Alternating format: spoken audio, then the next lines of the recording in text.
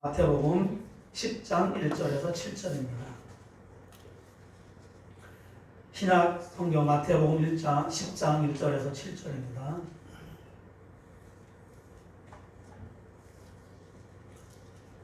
다 찾으신 줄 알고 함께 교독하시겠습니다. 1절에서 7절까지 함께 교독하겠습니다. 예수께서 그의 12 제자를 부르사 더러운 귀신을 쫓아내며 모든 병과 모든 약한 것을 고치는 권능을 주시니라. 12 사도의 이름은 이러하니 베드로라 하는 시몬을 비롯하여 그의 형제 안드레와 세베대의 아들 야고보와 그의 형제 요한, 빌립과 바돌로메, 도마와 세리마테, 알페오의 아들 야고보와 다데오, 가나안인 시몬 및 가룟 곧 예수를 판 자라. 예수께서 이 12를 내보내시며 명하여 이르시되 이방인의 길로도 가지 말고 사마리아인의 고을에도 들어가지 말고 오히려 이스라엘 집에 잃어버린 양에게로 가라. 같이 했습니다. 가면서 전파하여 말하되 천국이 가까이 왔다 하고. 아멘.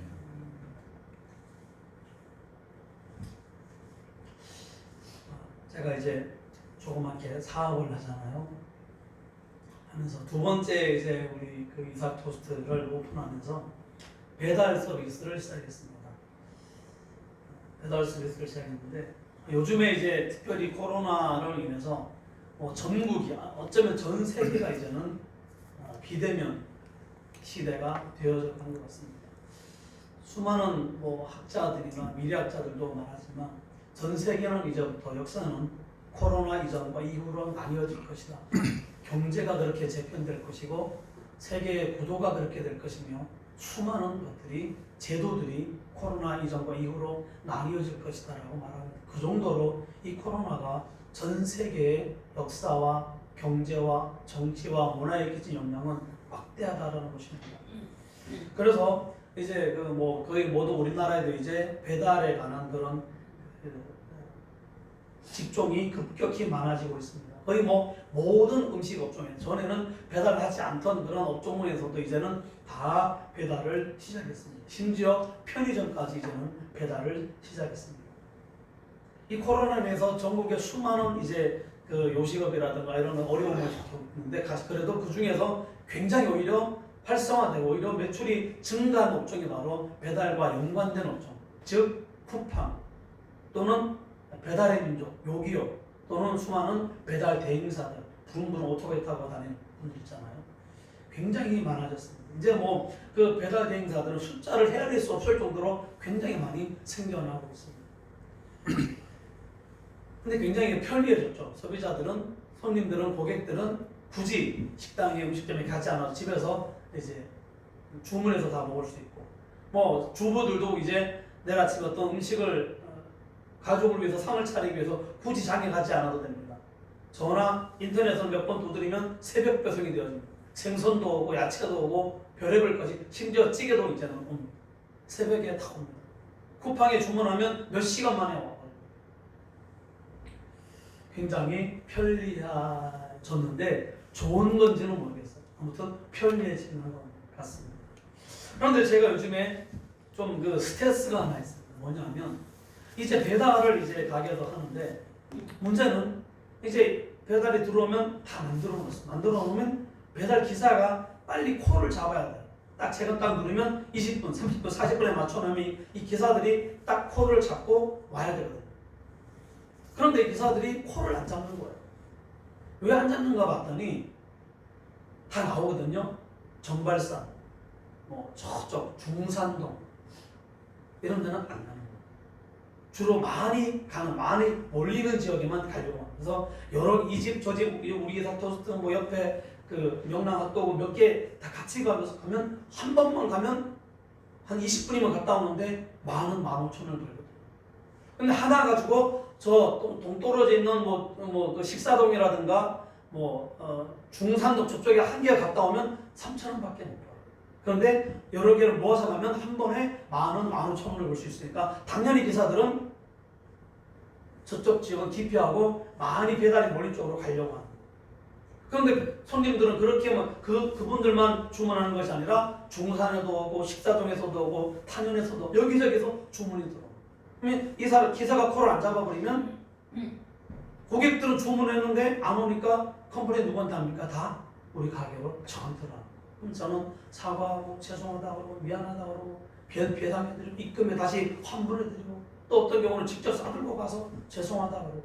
왜냐하면 그분들이 만약에 이 가게 나쁘다, 늦게 온다, 이것을 요즘은 손님들 다 리뷰로 그 핸드폰 두드려봐서 아 이제 평이었다 그거 보고 거의 90%가 주문하고 거기다 만약에 이사토스 국좀 맛없네, 늦게 오네 이렇게 적어버리면요 얼마나 많은 사람들이 그것을 보고 다른 데로 가버릴지는 우리가 계산이 안 카운트가 안 되는 거예요. 그러니까 그 피해는 가능할 수 없는 겁니다. 그러니까 굉장히 편리한 시대지만 자칫 하나 잘못하면 굉장히 많은 피해를 입을 수 있습니다. 그러니까 이 배달 기사가 굉장히 중요한 거예요. 그거를 빨리 잡아서 빨리 배달해주는 건 제가 아무리 맛있게 정성을 만들어 안아버리면 토스트가 식어지고 또 음료가 밍밍해지고 얼음이 다 넘어가죠. 누구한테? 다 저한테 컴플레인. 그럼 저는 일일이 저녁에 핸드폰 들어가서 그런 리뷰 보고 맛있게 먹었다는 분한테는 감사합니다, 고맙습니다 하고 또 좀 그렇다는 분한테 사과하고 더 잘하겠습니다. 일일이 관리를 해야 돼요. 사업이 쉽지 않더라고요. 아무튼 코를 잘 잡. 그래서 지금 배달 대행사를 바꾸려고 생각. 왜? 코를 안 잡아서 계속 피해가 어제도 그래서 제가 직접 집에서 설교 준비, 주일 준비하다가 후다닥 뛰어나가 몇 군데 제가 직접 배달을 하고 오기도 했습니다. 그래서 제가 몇 번이나 본사에다가 항의 전화하고 지점에 항의 전화해서 컴플레인 했지만 고쳐지지가 않아요. 결국에는 내가 업체를 바꿔야 되겠다라고 이제 결심을 하게 되어졌습니다. 오늘 본문에도 보니까 예수님이 콜 하시는 장면, 콜을 누구? 제자들을 부르셨어요. 지난주에 예수님이 엄청 바쁘다고 주문이 많이 밀렸다고 제가 말씀드렸잖아요. 뭐라고 말씀드렸죠? 주소할 곡식이 많은데 일꾼이 없어요. 일꾼 좀 보내주세요. 일꾼 좀 보내주세요. 예수님 콜한 거예요. 그 일꾼 누구입니까? 그 추사 일꾼은 노동자, 일꾼, 이런 신이라서 일꾼을 보내달라는 거예요. 일꾼이 필요합니다. 오늘 본문에 이제 예수님이 그 일꾼을 친히 세우십니다. 예수님은 산상설교 5장에서 7장을 통해서 하나님의 나라가 어떤지를 우리에게 말씀해 주셨습니다. 하나님 나라의 성격, 하나님 나라는 어떤 나라인지를 말씀해 주셨습니다. 그 나라의 백성들은 어떤 자들인지 가르쳐 주셨고 8장에서 9장을 통해서 이제 그 하나님의 나라가 어떻게 실행되어지는지를 10가지 기적을 통해서 직접 성취해 주셨고 이루어 주시고 보여주셨던 것입니다. 이제 10장에서는 그 도래한 하나님의 나라를 이제 전파하고 확장시키기 위해서 제자들을 일꾼을 예수님이 세우시고 부르시는 장면이 나오고 있는 것입니다. 그리고 그 제자들에게 이제 하나님의 나라를 위해서 일하러 가는 그 제자들에게 그 당부상, 주의사항을 지금 이 10장에서 일러주고 있는 것입니다.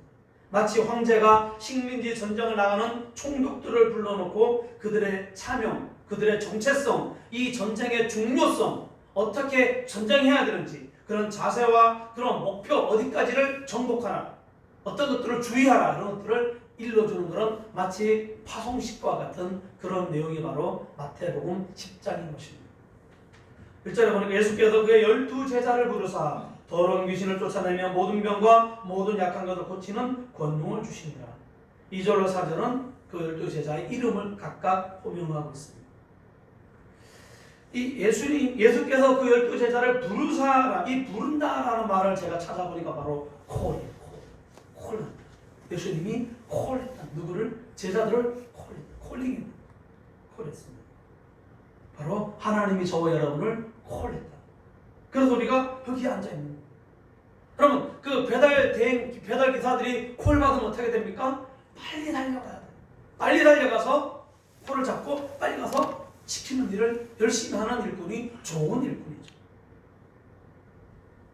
제자로의 부르심은 기본적으로 마귀의 나라에서 하나님 나라의 초청입니다. 더 나아가 하나님 나라의 일꾼으로서의 초청입니다. 저와 여러분들을 하나님 나라의 일꾼으로 예수님이 콜해 주십니다. 얼마나 이것은 영광된 일인지 모릅니다. 아멘. 그럼 마귀의 나라, 사탄의 나라를 위해서 콜 받은 사람들이 얼마나 많이 있습니까? 얼마나 불쌍해요. 저는 그 스님들을 볼 때마다 얼마나 불쌍한지 몰라요. 신천지 이만희를 볼 때마다 얼마나 불쌍한지 몰라요. 저 이슬람계의 수많은 그 사제들을 볼 때 얼마나 불쌍한지 몰라요. 그들은 그게 목숨을 걸고 달려가잖아요. 열심을 내고 달려가잖아요. 열심을 낼수록, 목숨을 걸수록 그들은 더 급속하게 멸망한 길을 달려가고 있고 더 많은 사람들을 함께 망하게 하잖아요. 저와 여러분, 마귀의 버림을 받지 않는 것을 감사하시기 바랍니다. 아멘. 남의 일 아니잖아요. 지금도 우리 가족과 친척 중에는 마귀와 귀신의 콜을 받아서 지금도 우상을 숭배하는 사람들이 얼마나 많이 있습니까?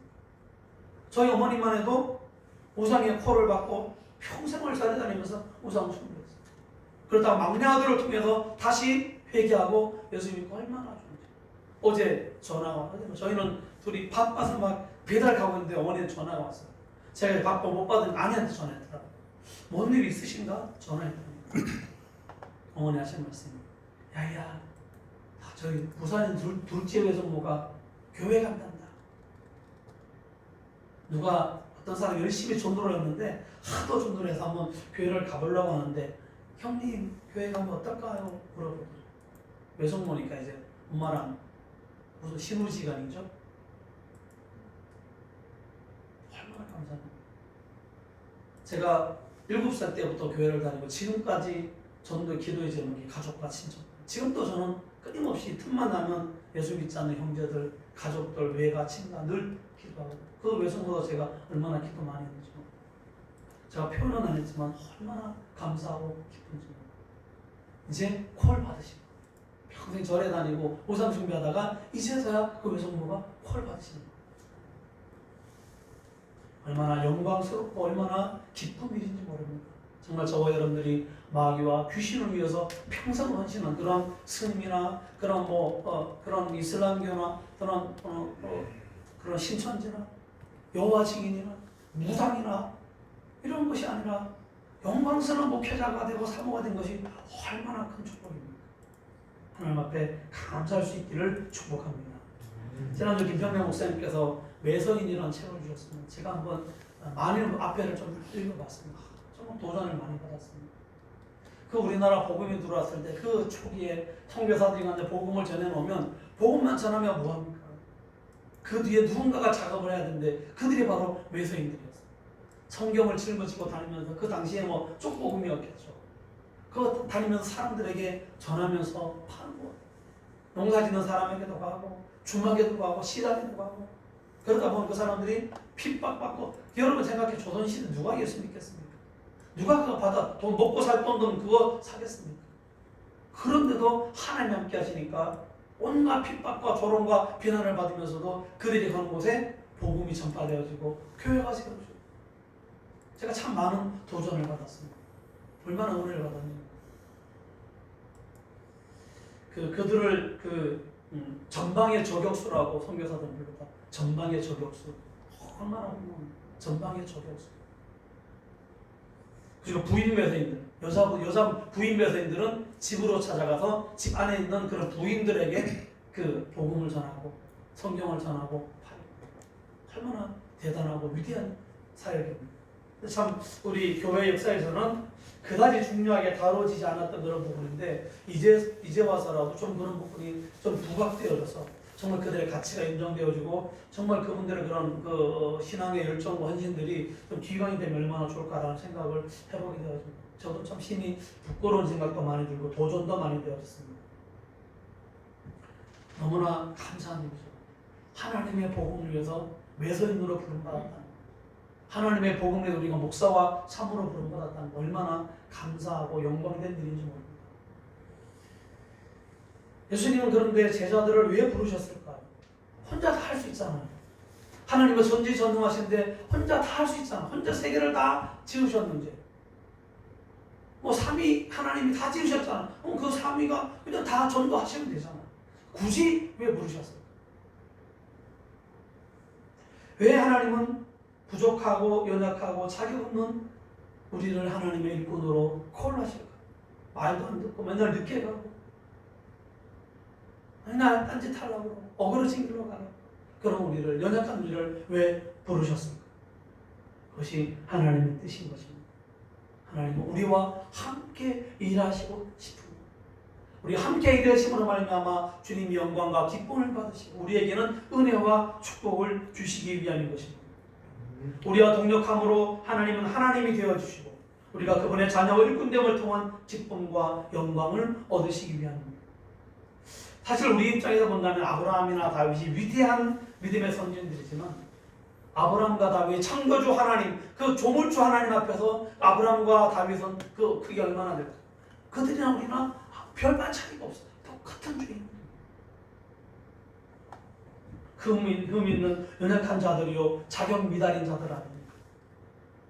그런데 그런 인간을 불러서 그들에게 은혜와 능력을 부어주셔서 이 땅에 하나님 나라의 기초를 놓으시고 기둥을 세우시고 하나님 나라를 완성해 가시는 것, 그것이 바로 하나님의 뜻이었습니다.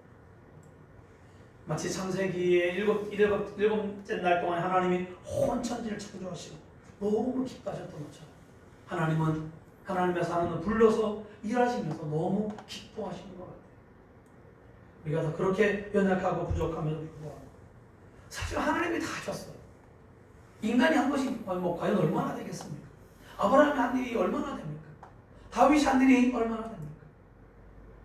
역사적으로 위대한 바울이라든가 또는 빌리그램이라든가 로이드 존스라든가 스펄전이라든가 빌리그램이라든가 우리가 볼 때 대단해 보이지만 하나님의 입장에서 본다면 과연 그들의 그 일이 얼마나 되겠습니까?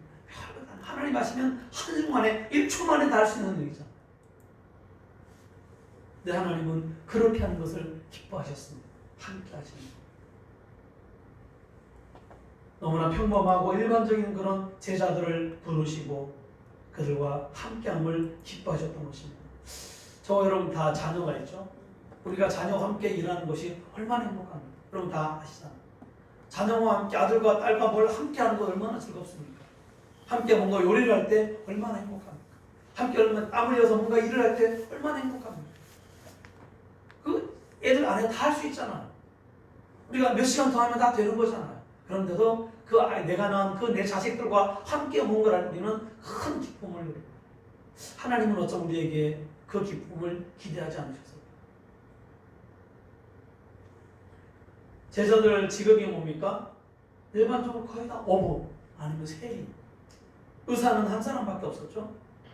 의사도 우리 지금의 의사가 굉장히 각광받고 존경받는 직업이지만 그 당시에는 그다지 훌륭한 직업 아니에요. 유럽이나 이런 데서도 의사는 별로 옛날 우리나라만 하더라도 의사는 별로 그런 인정받고 어떤 존경받는 그런 직분이 아니었습니다. 결국 예수님의 제자들은 다 별 볼 일 없는 자들이었습니다.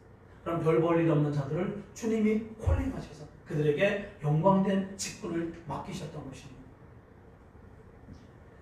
더 나아가 예수님은 부르신 제자들에게 권능을 주셨다라고 말씀하고 있습니다. 더러운 귀신을 쫓아내며 모든 병과 모든 약한 것을 고치는 권능을 주셨습니다. 하나님은 무작정 알아서 하라는 것이 아니라 제자들에게 먼저 사명을 감당할 능력과 권세를 주신 것입니다. 더러운 귀신을 쫓아낼 수 있는 능력, 모든 병과 모든 약한 것을 고칠 수 있는 권능을 주셨습니다. 여기서의 권능은 우리가 목사님들이 다 알고 있는 디나미스가 아니에요. 제가 찾아보니까 엑수시아라는 디나미스. 저는 당연히 디나미스일 줄 알았어요. 근데 디나미스가 아니라 폭발적인 그런 능력이 아니라 엑수시아. 이 엑수시아는 뭐냐면 권력, 권세를 말해요. 어떤 행동, 어떤 일을 할 수 있는 자격을 말해요. 가능성을 말하는 것입니다. 능력을 말하는 거예요. 귀신을 쫓아낼 수 있는 권세를 주시고 모든 병과 약한 것을 고칠 수 있는 능력과 힘과 가능성과 권세를 자격을 주셨다는 것입니다. 우리는 많은 사역을 구하기 전에 먼저 엑수시아, 그 사역을 감당할 수 있는 힘과 능력과 권세를 구해야 하는 것입니다. 어쩜 이것이 없이 우리가 덤벙덤벙 뛰어들기 때문에 많은 사역에 실패를 경험하는지 하나님 먼저 나에게 엑수시아를 주세요. 나에게 권능을 주세요. 나에게 권세를 주세요. 나에게 마귀를 제압할 수 있는 권세를 주세요. 제 아는 목사님 두 분이 이야기를 합니다. 한 목사님이 젊을 때 너무 어려워서 거의 고아로 자라다시피 너무 어려서 잠잘 곳이 없어서 도봉산에 가서 잠을 잤답니다. 그 청년 때 도봉산에 그 기도하는 사람들 지어놓은 음막 같은 데 거기서 밤에 그 불거리 버너통 이런 거를 이제 껴안고 잠을 자고 그렇게 살았답니다. 그래서 그 장소에 다른 목사님을 데리고 갔어요. 기도하는 거죠. 몇 번 다녀오셨대요, 아직. 근데 이 목사님 얘기하는 거예요. 우리 밤에 산기도를 가자. 밤에 기도를 가자. 옆에 목사, 그래 갑시다. 근데 밤에 무서울 텐데. 밤에 거기는 귀신도 많이 들고 목사인데 귀신 많이 들린다. 근데 옆에 목사, 그럼 나 간다. 아직 믿음 없다. 나 그런 믿음 없다. 무섭다.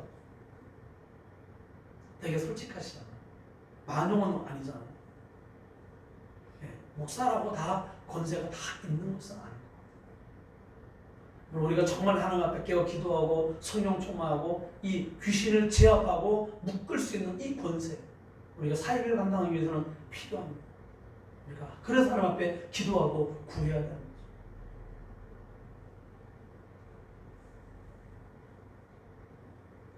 우리가 복음을 효과적으로 증거하기 위해서는 수많은 병자들을 위해 기도하고 귀신을 쫓아내고 대적할 수 있는 권세와 능력이 우리에게 있어야 합니다. 그래서 우리는 사역을 굉장히 중요하지만 이 사역하기 전에 먼저 기도해야 합니다. 사역하면서 기도해야 합니다. 주여 나에게 권능을 부어 귀신을 제압하는 권능을 부어주시고 병자를 고칠 수 있는 권능을 주시고 죄악을 이길 수 있는 권능을 부어주시고 세상의 권세를 거꾸로 때릴 수 있는 영적 권세를 부어달라고 우리는 기도해야 하는 것입니다. 왜냐하면 지금도 여전히 우리는 그런 시대를 살고 있기 때문입니다. 2000년 전에는 이런 능력이 필요했는데 지금은 그렇지 않습니까? 지금은 21세기니까 귀신을 제압하는 능력 그런 거 필요 없습니까? 그렇지 않습니다. 지금도 그때나 지금 여전히 귀신은 활동하고, 아니 어쩌면 그때보다 귀신은 더 활발하게 더 교묘하게 일하고 있습니다. 그러므로 우리는 더 큰 권능을 받아야 하는 것입니다. 그것이 그래서 우리의 기도 제목이어야만 하는 것입니다. 저와 여러분에게 이 은혜와 축복이 넘쳐나시길 축복합니다. 하나님이 권능을 부어주셔서 남은 생애, 남은 사역 동안에 더 힘있게, 더 권세있게 마귀를 제압하고 병을 고치고 약한 것을 치유하는, 회복하는 그런 능력과 권세가 저와 여러분의 사역 현장에 나타나시기를 주의 이름으로 축원드립니다. 아멘. 오직 여러분 예수께서 이 12를 내보내시며 명하여 이르시되 이방인의 길로 가지 말고 사마리아인의 고을에도 들어가지 말고. 그래서 이 12를 내보내신, 저는 내보내신다라는 단어에 한번 집중해 봤습니다. 내보내신다. 내보내신다는 말이 뭘까 찾아봤더니 예수님의 먼저 권세와 능력을 받은 사람이 전쟁터로 가야 합니다. 그래서 주님이 내보내신다는 거예요. 잠깐만 그 전에 먼저 이 권능을 우리가 지금 기도했는데 권능을 주신 이유는 뭡니까? 일꾼에게 연장을 지어진 이유가 뭡니까? 일하라고 주는 거예요. 집에서 노는 사람에게는 연장이 필요하지 않아요. 저희 아버님 보니까 평생 시골에서 농사 지셨습니다. 연장이 많이 있고, 괭이도 있고, 곡괭이도 있고, 삽도 있고, 호미도 있고, 낫도 있고, 지게도 있고, 리어카도 있고, 그 분홍이 아니어서 가난한 농부라서 그런 거밖에 없었어요. 연장이 있었어요. 그런데 비 오는 날, 아무것도 못하는 날에는 절대 그 연장을 가지고 나가지 않습니다. 뭐합니까? 집에서 새끼를 보거나 또는 아주 옛날에 또는 낮잠을 주무시거나 또는 쉬지. 연장이 필요 없어요. 연장은 누구에게 필요합니까? 일하는 일꾼에게 필요합니다. 근데 예수님은 권능을 주시는데 그 권능을 왜 주시는 거예요? 일하라고. 가서 일하라고 주시는 거예요. 그러므로 일하지 않는 사람은 권능을 부어달라고 별로 기도할 필요가 없어요. 일하지 않을 겁니다. 여러분, 일하지 않는 사람이 낫을 가지고 있으면 어떻게 됩니까? 그럼 위험한 거예요. 집에 쉬는 사람이 곡괭이 자루를 가지고 쉬면 어떻게 됩니까? 위험한 거예요. 하나님의 사역을 하지 않는 사람이 은사를 받고 권능력과 권세를 받는 것은 그다지 좋은 것이 아닐지도 모릅니다. 그것 때문에 교만해져. 나 은사 받았어. 나 방언 받았어. 나 방언 통역 받았어. 나 예언도 해. 나 영안이 열려. 나 귀신도 봐. 쏘아. 어쨌든 어떤 사역을, 그래서 어떤 사역을 했고 어떻게 하나님의 나라가 세워졌는 것이 중요하지. 내가 무엇을 받았는가가 뭐가 그리 중요합니까? 그가 자랑질하고 교만할까? 다른 사람 무시하고 목회자 무시한다면 그 도구가 그 사람에게 무슨 유익이 있겠습니까? 권능과 권세와 능력을 부여받은 사람은 전쟁터로 가야 합니다. 전쟁터로 가지 않으면 엉뚱한 곳에서 엉뚱한 사람에게 엉뚱한 힘과 권세를 쓰게 되었습니다. 하나님이 권능과 권세를 주신 것은 귀신 때려잡으라고 주신 겁니다. 하나님이 재물을 주셨습니까? 그걸로 있는 척하지 말고 전도하는 데 써야 되잖아요. 명예와 권세 주셨습니까? 그걸로 교만하지 말고 전도하고 복음 전하는 데 써야 합니다. 건강 주셨습니까? 뭐 엉뚱한 몸짱이네, 뭐 초콜릿 복권이 어쨌다는 거예요. 이게 몇 년 있으면 다 썩어 없어질 건데 무슨 소용이 있습니까? 그 열정과 그 에너지를 가지고 복음 전하는 데 쓰지 않으면 몸짱이고 초콜릿 복권이고 아무 쓸데 없습니다. 하나님 은사 주셨습니까? 나대지 말고 겸손하게 교회를 세우는 일에 헌신할 수 있기를 축복합니다. 왜? 보내시려고 주신 거예요. 사역하라고 주신 거니까. 이 내보내시며라는 단어를 찾아보니까 아포스텔로라는 거예요. 굉장히 재밌었어. 아포스텔로가 많이 들어본다는데 뭡니까? 아포스톨로스, 사도. 이 아포스텔로가 뭐뭐로부터 세우다, 준비하다, 즉 멀리 보내다, 발송하다는 거예요. 이 내보내다는 말은 결국 멀리 보내다, 발송하다는 거죠. 예수님은 우리를 멀리 보내기를 원하시고 우리를 발송하기 원하시고 뭐하라고? 일하라고. 그래서 아포스톨로스는 보냄을 받은 자였다. 뭐하라고? 일하라고, 사역하라고 보냄을 받은 자였다. 목적과 임무를 가지고 멀리 보낸다니 그냥 보내는 것이 아니라 어떤 중요한 목적과 임무를 가지고 멀리 보내는 자, 멀리 보냄을 받은 자, 그들이 바로 아포스톨로스, 사도들이고 제자들이라는 것입니다. 그러나 예수님의 제자야라고 잘난 척하는 것이 아니라 능력과 권세와 권능을 가지고 각자 보냄을 받은 그 장소에 가서 중요한 임무, 하나님의 나라를 그곳에 세우고 확장시키는 굉장히 중요한 그 사명과 임무를 가지고 보냄을 받은 자, 그들이 바로 예수님의 제자들이고 일꾼들이라는 거예요.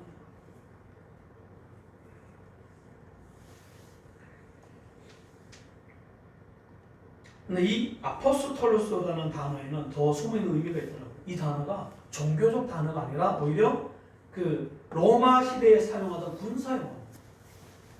무슨 말인가면 우리 어떤 장군을 제너럴 장군 있잖아. 장교를 말하잖아요. 이 장교가 이 아포스톨로스라는 것이 아니라 이 장교들을 거느리는 그 영어로 커맨더라, 장교들을 거느리는 총사령관을 일컫는다. 이 당시 로마 군대에서 이 장교들을 거느리는 총사령관을 일컫는 단어가 바로 아포스톨로스. 저는 여기서 굉장히 많은 도전을 받았습니다. 어떤 그 로마가 어떤 지역을 이제 속국으로 하기 위해서 큰 전쟁을 내보낼 때 이 황제의 권세를 이 총독에게 부여합니다. 가서 이 황제에게는 통치권과 외교권과 판결권, 이 모든 황제의 권세를 그에게 부여합니다. 이 총독은 이 황제의 권세를 가지고 이 전쟁터에 나가서 이 장군들을 통솔하면서 그 지역을 점령합니다. 그 지역을 로마화하게 되어집니다. 그럴 때 황제의 권세를 주는데 그 황제의 권세를 부여받아서 이 전체를, 이 로마 군대를 통솔하는 자가 바로 아포스톨로스다. 저는 이 개척교회를 하면서, 이 작은 교회를 하면서 굉장히 자존감이 많이 낮아졌습니다. 몇 명 안 되는 지하 개척교회. 나는 별것 아닌가 보다. 내가 왜 목회자가 되었을까? 차라리 일찍 하나의 사업에 그 은혜를 주던 사업을 크게 해서 돈 많이 벌어서 이 물질적으로 좀 성교를 많이 하게 하시지. 그래서 굉장히 자존감이 많이 낮아졌어요. 근데 이 말씀을 준비하면서 다시 한번 그렇구나. 내가 그런 그 시시한 그런 일꾼이 아니라 있어도 되고 없어도 되는 그런 일꾼이 아니라 우리가 아포스톨로스구나. 사령관이었구나. 나는 비록 자각하지 못했지만, 나는 비록 깨닫지 못, 나는 비록 잊어버렸지만 하나님은 우리를 사령관으로 세우셨다. 총사령관. 하나님의 나라를 건설하고 확장하는 위대한 일에 강력한 임무, 중요한 임무를 맡기는 너무나 중요한 위치를 우리에게 맡겨주셨던 것입니다. 저와 여러분 다 아포스톨로스임을 믿으시기 바랍니다. 뭐 신사도 운동하자는 것이 아닙니다. 신사도 운동만 하는 것이 아니라 영적 우리가 사도라는, 다 우리는 영적 사도로서 이 악한 사단과 마귀를 제압하고 사단의 나라를 깨뜨리고 부수고 하나님의 나라를 건설하는 일에 통솔력을 발휘하는 황제 하나님의 권세를 가지고 그 하나님의 나라를 건설하는 데 쓰임받는 그런 위대한 하나님의 일꾼이요 총독임을 믿으시기를 축복합니다. 우리나라도 일제강점기에는 일본이 다 뺏겼죠. 뭘 통치권과 외교권과 판교권 모두 박살당했습니다. 누가 그거 했습니까? 조선 총독부 통감 대라우치 많이 들어보죠.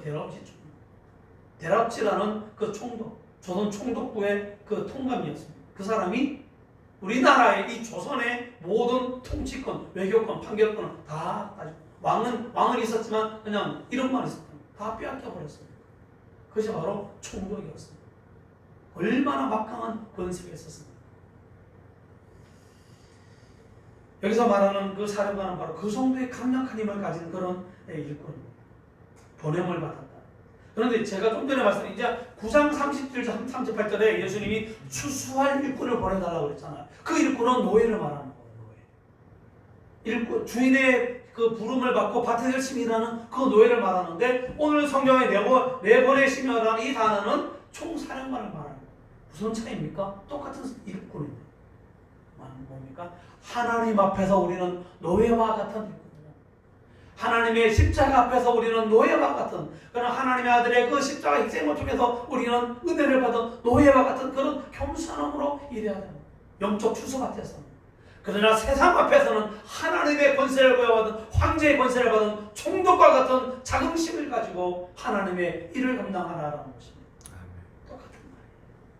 세상에서는 총독과 같은 권세로 하나님 앞에서는 마치 노예와 같은 그런 겸손함으로 하나님 일을 감당하라는 거죠.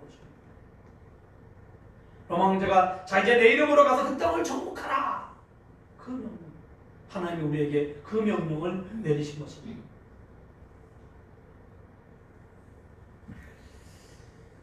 예수님은 제자들을 그냥 보내지 않았습니다. 28절 마태복음 28장에 보면 예수께서 나와 말씀하여 이르시되 하늘과 땅의 모든 권세를 주셨으니 이 권세가 바로 제가 찾아보니까 같은 엑수시아더라. 하늘과 땅의 모든 권세를 주셨으니 이 권세가 바로 엑수시아예요.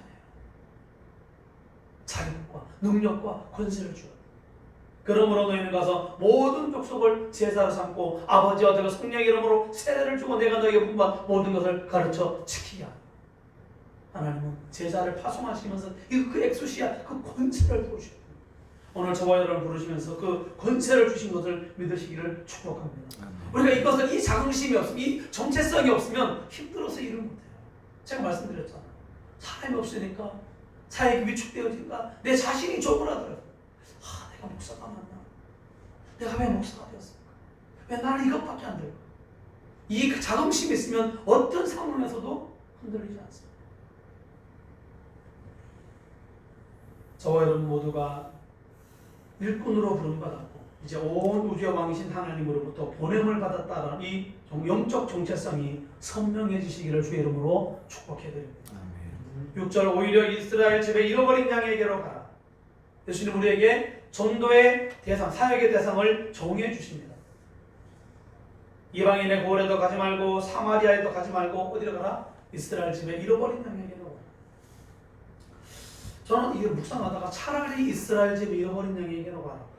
혹시 잃어버린이 무슨 뜻일까 궁금해졌습니다. 그래서 잃어버린이라는 단어를 찾아봤습니다. 우리는 잃어버린다는 말이 영어로 어떻게 표현해요? 로스트를 표현해요. 뭘 잃어버리다라 표현해요.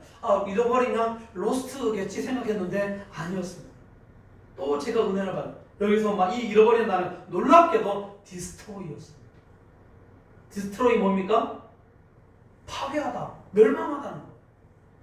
이 이스라엘 집에 잃어버린 영혼들은 결국 단순히 길 잃은 자들이 아니라 멸망하고 파괴된 자들이라는 거예요. 마귀와 사탄에 의해서 멸망당하고 파괴된 자들이 바로 복음을 알지 못하는 자들, 그들의 정체성이라는 거예요. 다시 한번 깜짝 놀랐습니다. 예수 없이 살아가는 자들, 복음 없이 살아가는 자들, 그들은 디스트로이된 파괴된 자들이고 멸망한 자들, 단순히 길 잃어서 찾으면 되는 자들이 아니에요. 누군가가 가서 그것을 재건시켜주지 않으면 자기 힘으로는 영원히 복구할 수 없는 그 상태, 그게 디스트로이잖아요. 회복되지 못하는 상태가 바로 디스트로이예요. 복음 없는 자들의 상태가 바로 그런 상태라는 것입니다. 저는 깜짝 놀랐습니다. 이스라엘 집에 잃어버린 양이란 하나님을 떠나 범죄함으로 비참하게 멸망되고 멸절되어진 그 상태에 있는 자들이 바로 잃어버린 양. 여러분, 베트남전 또는 한국전쟁, 그 전쟁, 임진왜란, 그 전쟁 후에 피폐해진 것 아시죠? 자기 힘으로는 정말 복구할 수 없는 비참한 상태. 그것이 바로 디스트로이예요.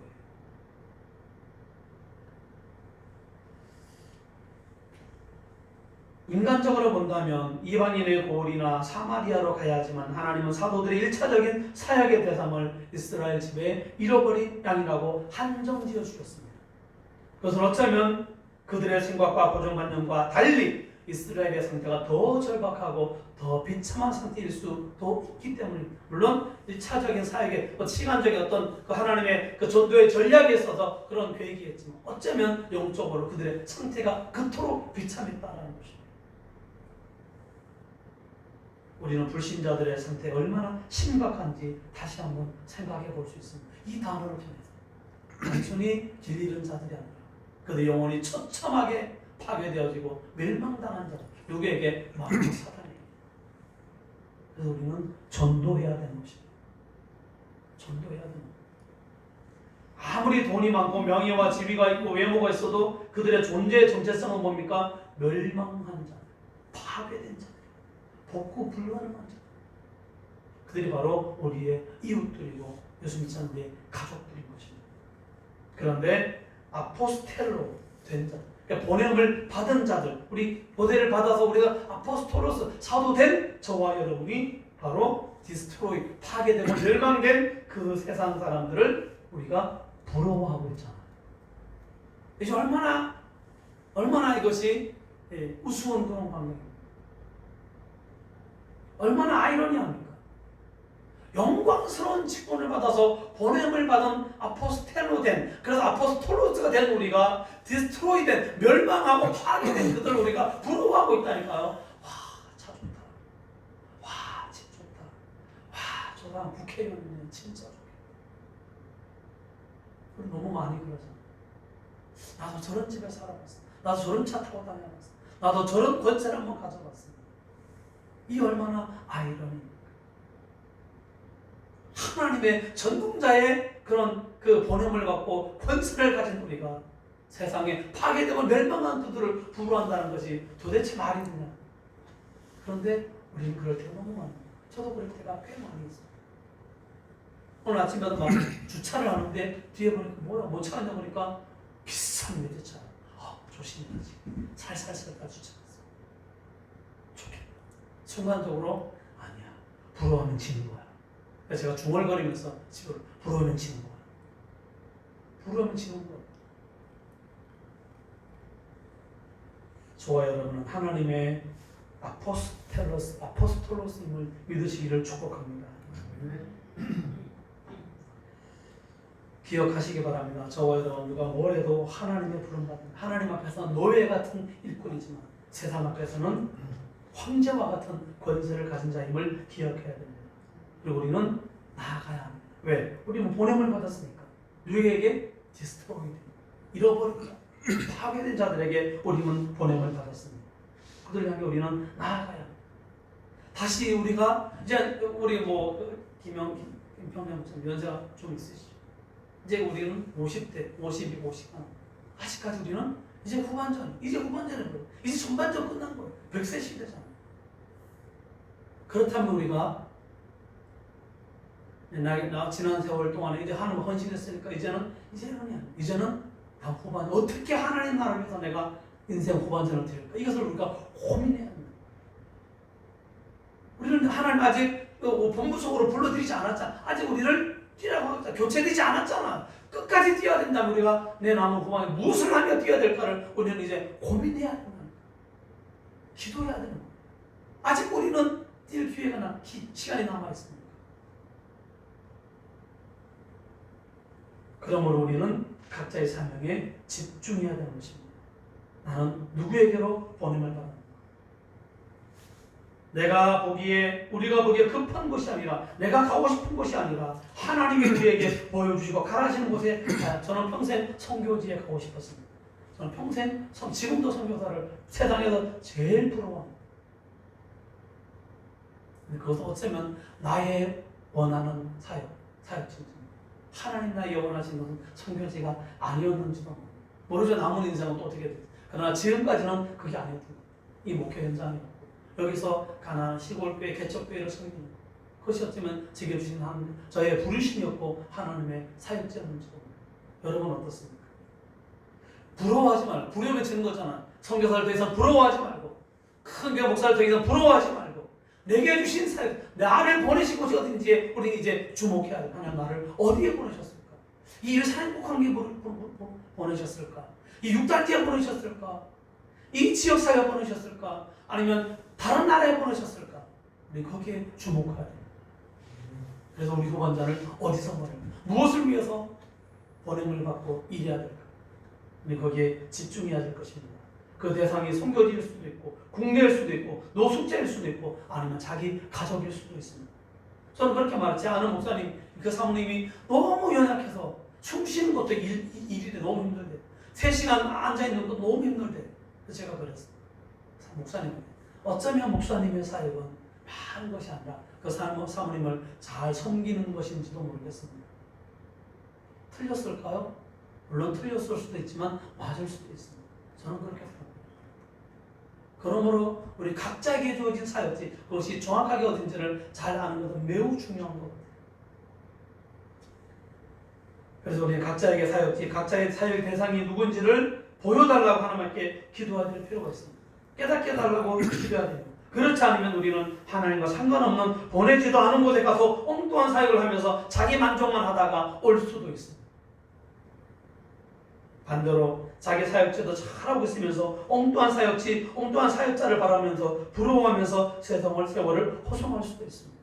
우리 남은 후반자는 하나님 나를 어디에 보내셨는지를 다시 한번 집중해서 잘 깨닫고 그 자리에 나아가서 하나님 앞에 충성할 수 있는 저와 여러분 되시기를 축복합니다.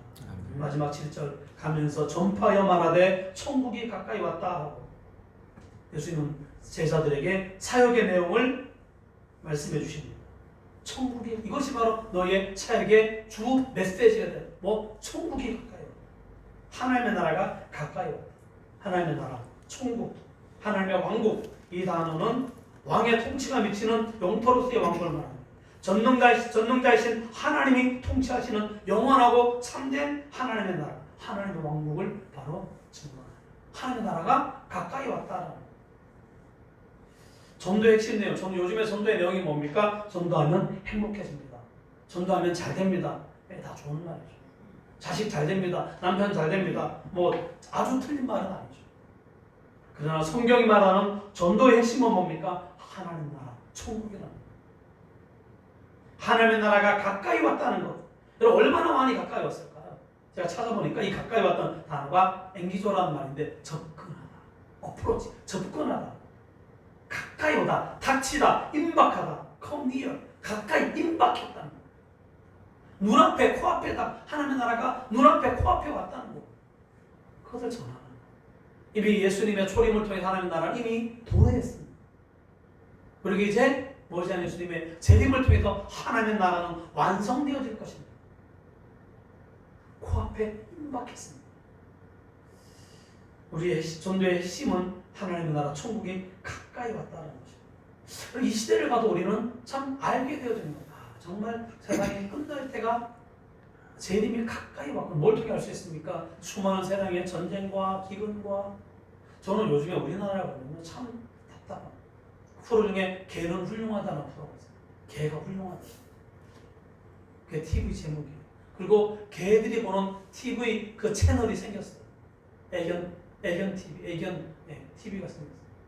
그리고 심지어 이제는 TV에 보니까 개들이 먹는 음식이 아주 먹음직, 내가 먹어도 맛있겠더라고요.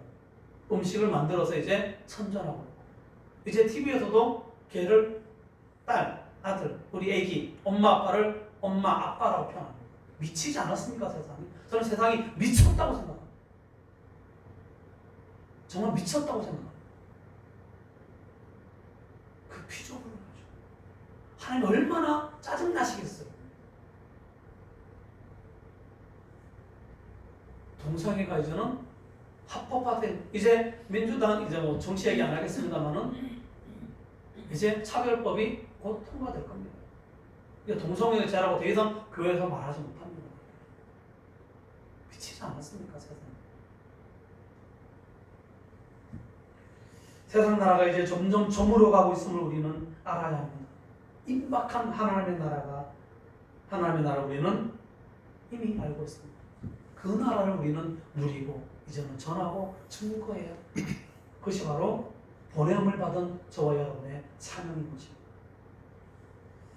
마무리하겠습니다. 저와 여러분은 하나님께로부터 콜 받은 자들입니다. 아멘입니까? 아멘. 콜 받은 자들. 콜 받으면 어떻게 됩니까? 빨리 달려가서 시키는 대로 갖다 줘야 돼요. 그것이 훌륭한 배달원이고 훌륭한 일꾼입니다. 그것이 일꾼의 정체성입니다. 빨리 잘 전달하는 게 훌륭한 일꾼이에요. 거들먹거리는 게 좋은 일꾼이 아니라, 잘난 척하는 게 좋은 일꾼이 아니라, 막 그 전달 토스트 배달하는데 고급 외제차를 타고 갈 필요가 없어요. 잘 나간 오토바이 한 대면 충분한 거예요. 왜 우리는 빵 배달하는데 자꾸만 고급차 외제차를 우리는 부르는가? 그것만 하면 됩니다. 저와 여러분들은 시시한 그런 일반적인 그런 뭐 제가 평하는 것이 아니라 그냥 배달원이 아니라 하나님 나라를 선포하고 하나님의 왕국을 선포하는 중요한 막중한 그런 임무를 받은 황제의 직사들이며 총독이며 아포스톨로스 하나님의 사도들임을 기억하시기 바랍니다. 다시 일깨우시기를 축복합니다. 우리의 사명은 빨리 황제가 부여한 그 권세를 가지고 각자의 전장으로 가서 황제가 명한 그 임박한 그 임무를 수행하는 것. 그것이 바로 우리에게 맡겨진 임무입니다. 그것이 우리 후반전에 우리가 감당해야 될 우리의 사역인 것입니다. 그 전장은 마귀와 귀신에게 사로잡혀 비참하게 멸망된 파괴된 성읍입니다. 그것의 영혼들입니다. 겉은 멀쩡하지만 속은 썩고 병들고 죽어가고 있는 영적 문둥병자들이고 영적 장애인들이며 영적 폐전병들입니다. 그들에게 우리는 각자의 방법을, 각자에게 주신 도구를 가지고, 은사를 가지고 각자의 장소에 가서 달란트를 가지고 십자가의 복음을 통해서 하나님의 나라를 선포하고 건설해야 하는 것입니다. 그래서 저와 여러분 다시 힘을 내셔서 우리 하나님의 권세를 부여받은 일꾼임을 기억하며 남은 생에 정말 힘있게 하나님이 보내주신 각자의 자리를 다시 한번, 내게 준 사명이 다시 한번 무엇인가를 집중하고 깨닫고 하나님께로부터 보냄받았다는 이 명확한 사실과 위대한 정체성을 가지고 남은 생애를 하나님 나라와 복음 위해서 쓰임받는 저와 여러분 되시기를 주 이름으로 축원해드립니다. 기도하겠습니다. 우리 함께 합심하여 통성으로 함께 한번 기도하겠습니다. 오늘 주시는 말씀을 통해서 우리는 몇 가지 기억해야 됩니다. 우리는 하나님께 콜받은 자들이다. 우리는 일꾼으로 부름받았고, 그러나 우리는 시시한 일꾼이 아니라 황제의 칭령을 받은 하나님의 대사로 부름받았다는 그 영적 자긍심을 가지고 디스트로이된, 멸망과 파괴된, 영적으로 파탄난 그 복음 없는 자들, 그들에게 가서 복음을 전할 사명을 우리는 받았습니다. 각자에게 주어진 사명, 각자의 사역지가 무엇인지 우리는 다시 한번 깨닫고, 하나님, 내 남은 인생의 후반전 어디에서 무엇을 하며 살아야겠습니까? 나에게 가르쳐 주시고 보여주시고 알게 하셔서 향방 없이 우리가 쓸데없는 험한 세월 보내지 않고 내게 그 사명을 감당할 수 있는 하나님의 일꾼 될 수 있도록 우리를 축복해 달라고 우리 함께 통성으로 기도하겠습니다. 살아계신 하나님 아버지 감사합니다. 아버지 하나님 그렇습니다. 우리는 하나님 시시한 자들이 아니라 하나님의 보냄을 받은 자들, 우리 하나님의 황제의 권세를 받은 하늘왕의 권세를 받고 내 보냄을 받은 자들이 우리가 기억하게 하여 주시옵소서.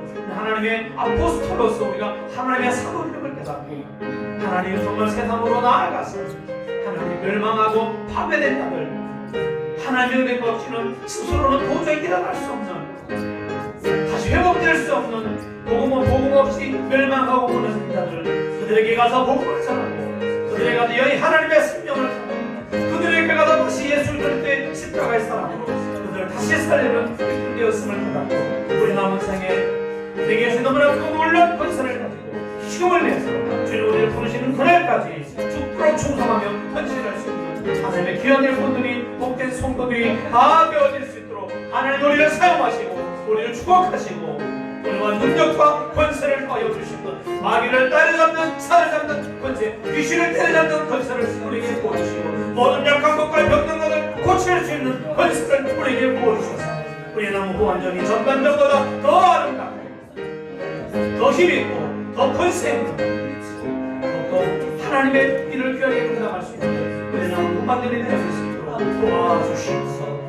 천국을 잃어버린 자를 멸망하고 파괴된 자들에게 천국이 가까이 왔음을 천국이 도래하였음을 천국이 눈앞에 닥쳐왔음을 회개하고 돌이켜서 예수 믿게 하는 그런 귀한 사명을 감당할 수 있는 우리 모두가 되어지도록 성령이여 우리를 한 사람 한 사람을 축복하시고 우리 일산의 공동체를 축복하시고 인도하여 주시옵소서.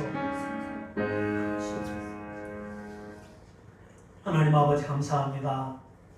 하나님께로 부름받은 자들임을 깨닫고 세상 속으로 이미 멸망하고 파괴된 그 세상 속으로 보냄받은 아포스톨로스임을 깨닫고 하나님의 사도들임을 깨닫고 하나님의 영적 권세를 가지고 하나님 그들을 다시 건설하고 세우는 일에 우리 남은 인생 쓰임받을 수 있도록 우리를 사용하시고 축복하여 주시옵소서. 우리 산행복한교를 그대 사용하여 주시고 축복하여 주시옵소서. 우리 각자를 각자의 사역지에서 남은 인생 후반전을 잘 하나님 앞에 헌신하고 충성할 수 있는 일꾼으로 세워 주시옵소서. 감사하며 예수님 이름으로 기도하옵나이다. 아멘. 찬송가 323장 찬송하면서 하나님 앞에 준비한 예물을 드리겠습니다. 323장입니다.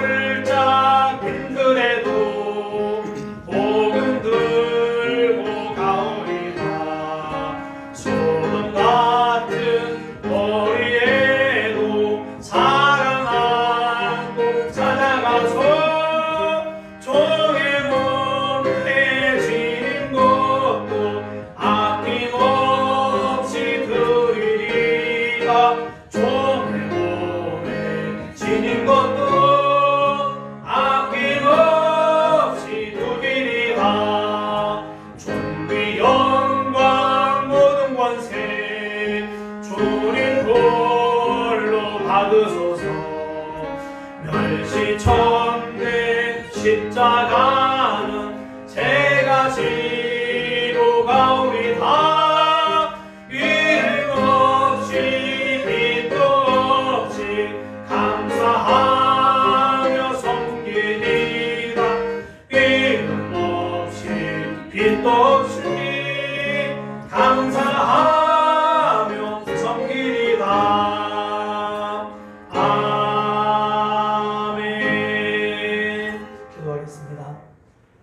하나님 아버지 감사합니다. 우리를 사랑하셔서 오늘도 예배당에 모여서 함께 모여 예배할 수 있는 은혜 주심에 감사합니다. 우리도 멸망하고 파괴된 자들이었는데 우리를 십자가의 은혜로 구속하여 주시고 하나님의 자녀와 백성 삼아주심에 감사합니다. 더 나아가 하나님의 일꾼으로 삼아주심에 감사합니다. 우리에게 하나님의 권능과 권세를 주어서 아버지 멸망한 세상을 향해 나아갈 수 있는 일꾼 삼아주심에 감사합니다. 남은 생에 하나님의 동안에 더 헌신하며 충성할 수 있도록 인도하여 주시옵소서. 오늘 받은 은혜를 따라 하나님 앞에 예물을 드립니다. 11조를 드리고 주정금 감사헌금 드립니다. 건축헌금 성경헌금 드립니다. 이 모양 저 모양 마음의 소원을 담아 예물을 드릴 때에 우리 하나님 이 예물을 받아주시고 이 예물을 인하여 하나님의 나라가 건설 건설되고 확장되게 하여 주시옵소서. 하나님의 뜻이 이루어지게 하여 주시옵소서. 드린 손길마다 축복하여 주시고 마음껏 나누고 베풀고 섬길 수 있는 풍성한 믿음의 가정들이 다 되어지도록 은혜와 복으로 함께하여 주시옵소서. 감사하며 예수님 이름으로 축복하며 기도하옵나이다. 아멘. 교회 소식 전하겠습니다. 오늘도 우리 일산행복한교회 예배 나오신 모든 분들을 주님의 이름으로 환영합니다. 우리 서로 박수로 환영합니다. 할렐루야. 감사합니다. 몇 안 되지만 이거라도 있어서 얼마나 감사합니까? 그렇죠? 너무 감사합니다.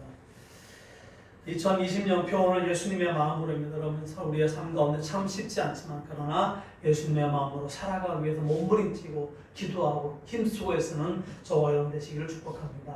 6월은 호국 보훈의 달이라고 하죠. 나라와 민족을 위해서 더욱 기도 많이 하는 그런 기간이 되시기를 바랍니다. 의도치 않게 코로나 때문에 우리는 참 나라 민족에 기도하게 되어지는데 정말 속히 이것이 끝나고 모두가 정상적인 삶의 자리로 돌아갈 수 있도록 전 세계 이 코로나 때문에 심각한 경제적 상황을 맞이하고 있습니다.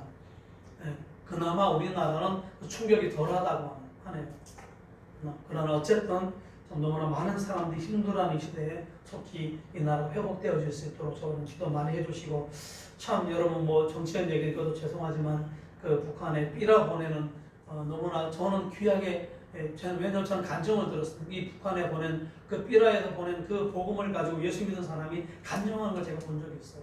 너무나 귀한 사역인데 이것이 위기에 처하게 되면 뭐 정치적으로 뭐 돈을 받고 한다는 저는 사실은 모르겠습니다만은 아무튼 복음을 위해서 얼마나 귀한 사역이었는데 이것이 지장을 받게 되어져서 참 매우 안타깝고 가슴이 아프고 화가 납니다. 그래서 우리는 정치적으로 이렇다 저렇다 할 것이 아니라 정말 하나님 앞에 이 나라와 민족을 위해서 정말 기도할 때가 아닌가라고 생각합니다. 꼭 기도해 주시기를 부탁드립니다. 코로나19 재확산을 위해서 점심 식사 오후 예배는 당분간 쉬도록 하겠습니다. 아프신 분들의 건강 회복을 위해서 기도하시고 우리 배우경 사모님은 6월 24일 날 수술한 이번 주에 병원 갔더니 그래도 그나마 예후가 좋다고 합니다. 썩 나쁘거나 뭐 위험하지 않아서 저 위치도 썩 나쁘지 않다고 여러 검사를 해보니까 해서 그나마 다행이다는 생각인데 그러나 여러분 기도해 주셔서 무엇보다도 이 후유증이 참 심하대 힘들대. 그래서 특히 몸이 약한 사람이라서 더 걱정이 많이 되어서는데 여러분 기도 많이 해주셔서 몸이 잘 준비되어져서 잘 받고 이전보다 더 건강하게 더 힘있게 더 행복하게 하나님의 일을 감당할 수 있도록 꼭 기도 많이 해주시기를 부탁드립니다. 그 외에도 연약하신 우리 사모님과 또 권사님 위해서도 기도 많이 해주시기를 부탁을 드립니다. 한 주간도 주님과 동행하는 복된 삶이 되시기를 축복합니다. 네, 우리 찬송가 505장 일어나서 다 함께 찬송하시고 축도로 예배 마치겠습니다. 505장입니다.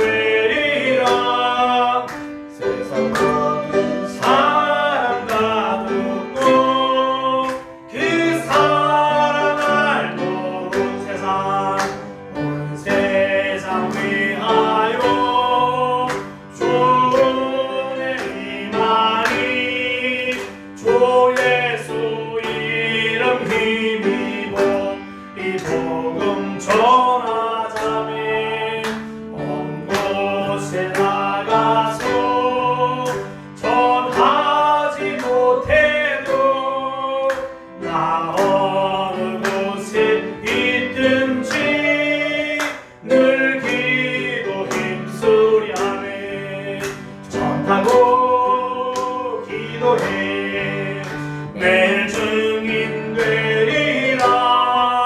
세상 모든 사람과 듣고 이 사랑을 알고. 이제는 우리 주 예수 그리스도의 은혜와 성부 하나님의 놀라우신 사랑하심과 성령 하나님의 위로 교통도 보호하심의 은혜가 오늘 하나님 앞에 나와 예배하면서 우리가 하나님의 권능을 받고 멸망하고 파괴된 세상으로 보냄받은 자든 보냄을 받은 하나님의 영적 사도임을 깨닫고 그 영적 정체성을 세워서 남은 생애 동안에 그 파괴된 자들을 위하여 각자의 현장에서 죽도록 충성하며 헌신하는 하나님의 복된 일꾼 되어지기를 다짐하며 결단하며 돌아가는 을산의 복관계 모든 성도들 머리 위에 가정 위에 사역 위에 세목 위에 그리고 고통 가운데 이 나라와 민족 위에 저 열방에도 주의 복음을 위하여 수고하고 애쓰는 수많은 선교단님들과 그들의 가정과 그 사역지 위에 이제로부터 영원토록 함께 있을지어다. 아멘.